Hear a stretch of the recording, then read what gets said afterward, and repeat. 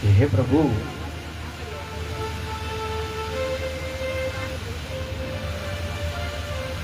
મને તમે મોક્ષ, ધ્યાન અને વૈરાગ્ય એનું જ્ઞાન પ્રદાન કરો.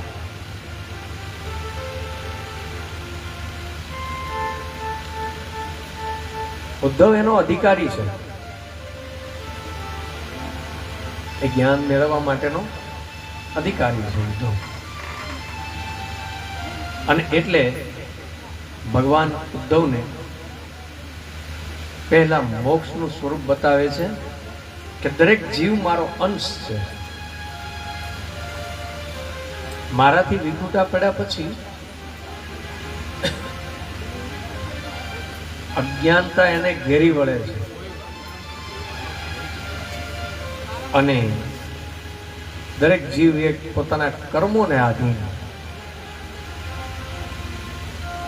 બંધાયેલો છે. જ્યારે ઈશ્વર જે છે ને એ કર્મ મુક્ત છે.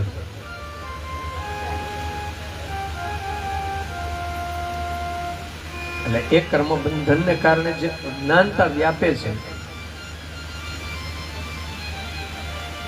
પછી ભક્તિ માર્ગ દ્વારા એ મોક્ષ પદને પામે છે. ભગવાન ઉદ્ધવજીને ધ્યાન માર્ગ બતાવે છે કે ધ્યાન શું છે. કોઈ એક અંગનું ચિંતન કરવું, મનન કરવું એ ધ્યાન છે, અને સર્વ અંગોનું ચિંતન કરવું એ ધારણા છે. અને આ ધ્યાન અને ધારણા એ બંને જ્યારે એક થાય ને ત્યારે ધ્યેય પ્રાપ્ત થાય.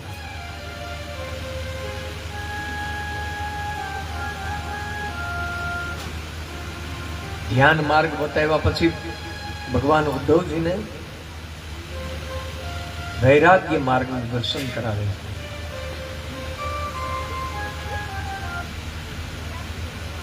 જે ધ્યાન દ્વારા, ધારણા દ્વારા ધ્યેય પ્રાપ્ત કરે છે, એટલે વૈરાગ્ય ઉત્પન્ન થાય ને. વૈરાગ્ય એટલે બધું છોડવું, મોહ માયા ઇત્યાદિ બંધનોમાંથી મુક્ત થવું, છોડવું વૈરાગ્ય.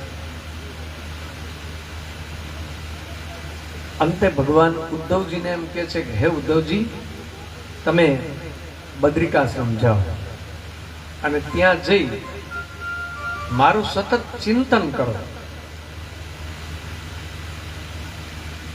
ભૂમિકા અહીં ઉદ્ધવજીની પૂર્ણ નથી થતી. ઉદ્ધવજીની ભૂમિકા હજી બાકી છે, એનું કર્તવ્ય બાકી છે. અને હવે જે અહીંયા સર્જાશે એ જોયા પછી ઉદ્ધવજીને જે જ્ઞાન આપ્યું છે ને એનું ચિંતન કરે ને તો એ જ્ઞાન કામનું જે પ્રભુ દ્વારા મળેલું છે. પણ જો એ અહીંની પરિસ્થિતિમાં પડી જશે તો એનું મન વ્યાકુળ બની જશે. અને મેં બતાવેલા માર્ગનું દર્શન કર્યા પછી એનું જે ચિંતન, મનન, તપ એ કરવું જોઈએ એ નહીં થઈ શકે. પરિણામે ઉદ્ધવજી એનું મન ભટકશે.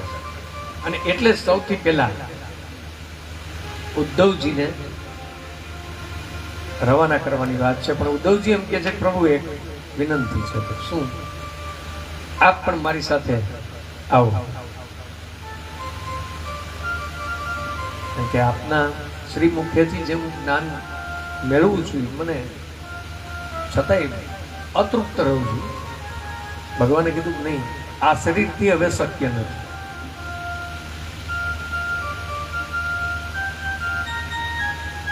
પણ એક વસ્તુ, હું સદાય તમારી સાથે છું અને એ અહેસાસ તમને થાય એટલા માટે મારી આ ચરણ પાદુકા તમે લેતા જાઓ. અને ઉદ્ધવજી પ્રભુની ચરણ પાદુકા લઈ અને બદ્રિકાશ્રમ જવા માટે રવાના થયા.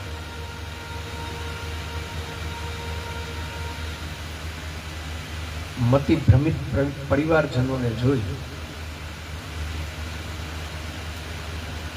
આપ સૌ જાણો છો, એટલે વધુ મારે કોઈ એનું વર્ણન કરવું નથી. અને આમ જે દુઃસ્વપ્ન છે એને કંઈ વારે વારે વગાડવાની જરૂર નથી.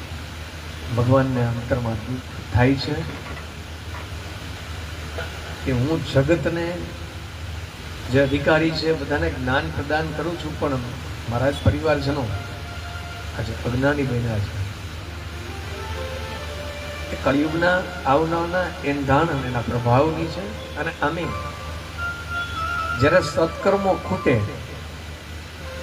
આપણે આગળની કથામાં વાત કરી હતી કે સદવિદ્યા જ્યારે ઘરમાંથી વિદાય લે ને ત્યારે કુવિદ્યા પ્રવેશે.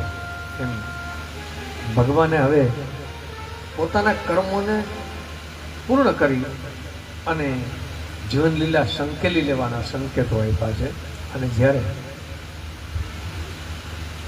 સદવિચાર સદવૃત્તિ એ શરીરમાંથી ઘરમાંથી વિદાય લે એટલે કુબુદ્ધિ કુવિચાર જન્મે. એનાથી બલરામજીએ સમુદ્રના કિનારે બેસી અને આત્મચિંતનમાં લીન થઈ ગયા છે. અને એ એવા તો લીન થયા છે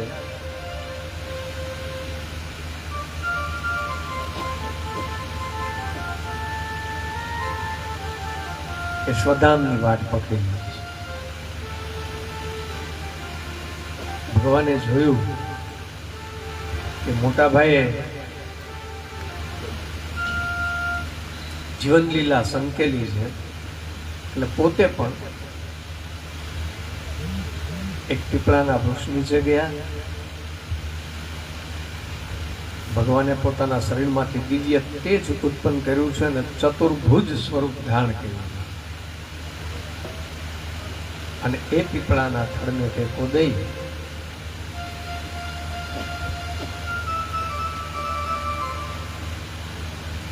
ડાબા સાથળ ઉપર પોતાનો જમણો પગ ચડાવ્યો છે. ભગવાનના ચરણો રક્તવર્ણી છે અને દૂરથી કોઈ પારધી એને જુએ છે.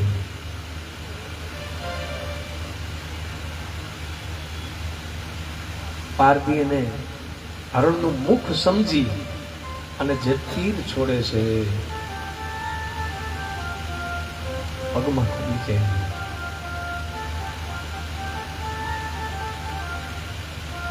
જ્યારે પારધી પાસે આવે છે ને ત્યારે ભગવાનનું ચતુર્ભુજ સ્વરૂપ જોઈ એ ઓળખી જાય છે. જેમ લાકડી પડે ને એમ ઈશ્વરણોમાં પડે છે. હે પરમાત્મા, હે ઈશ્વર, મને માફ કરજો. મને કઈ કુબુદ્ધિ સૂચી કે મેં હરણનું મુખ જાણીને આ જે કર્યું છે ક્રિયા, હું પાપી છું.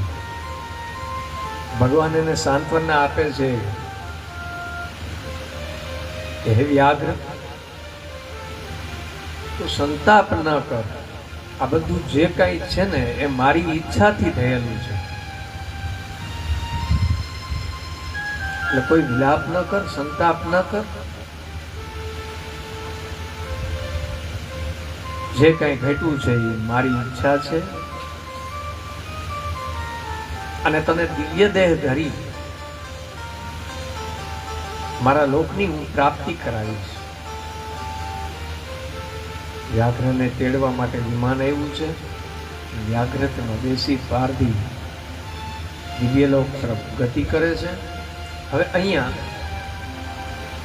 દારૂકને પ્રભુ દેખાતા નથી એટલે એને શોધવા માટે રથ લઈ પોતે આમ તેમ ફરે છે. પણ એક સંકેત મળે છે.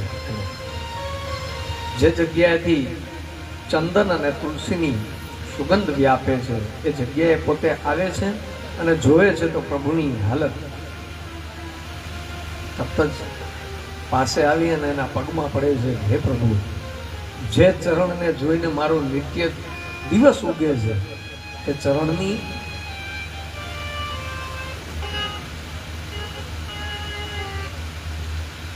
અને આજ આપના જે ચતુર્ભુજ દર્શન થયા છે, પણ મને એમાં જે સુખનો અહેસાસ કે અનુભવ થવો જોઈએ એને બદલે મને વેદના થાય છે.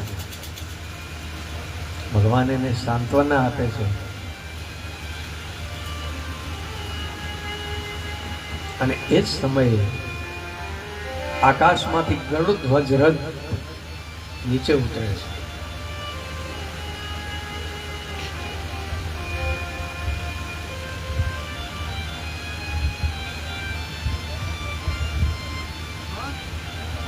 ભગવાન તેમાં આરૂઢ થાય છે. દારૂક સમજી ગયો કે આ લોકની ક્રિયાઓ પૂર્ણ કરી ભગવાન સ્વધામ સીધાવે છે.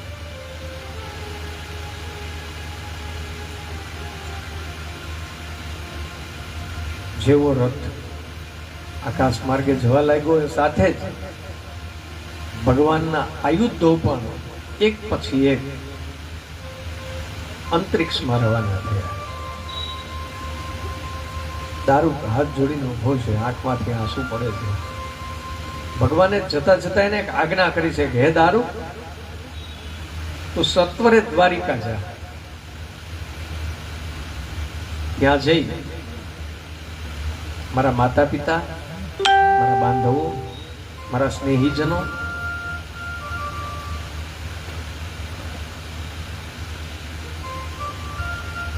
એને એમ કે જે અર્જુન તમને તેડવા આવે છે ને એની સાથે જલ્દીથી જલ્દી રવાના થાવ. જેમ બને એમ શીઘ્રાથી શીઘ્ર તમે દ્વારિકા છોડી નાખો.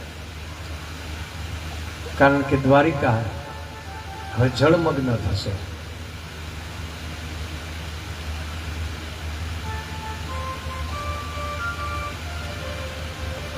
અને પ્રભુ અંતર ધ્યાન થયા છે.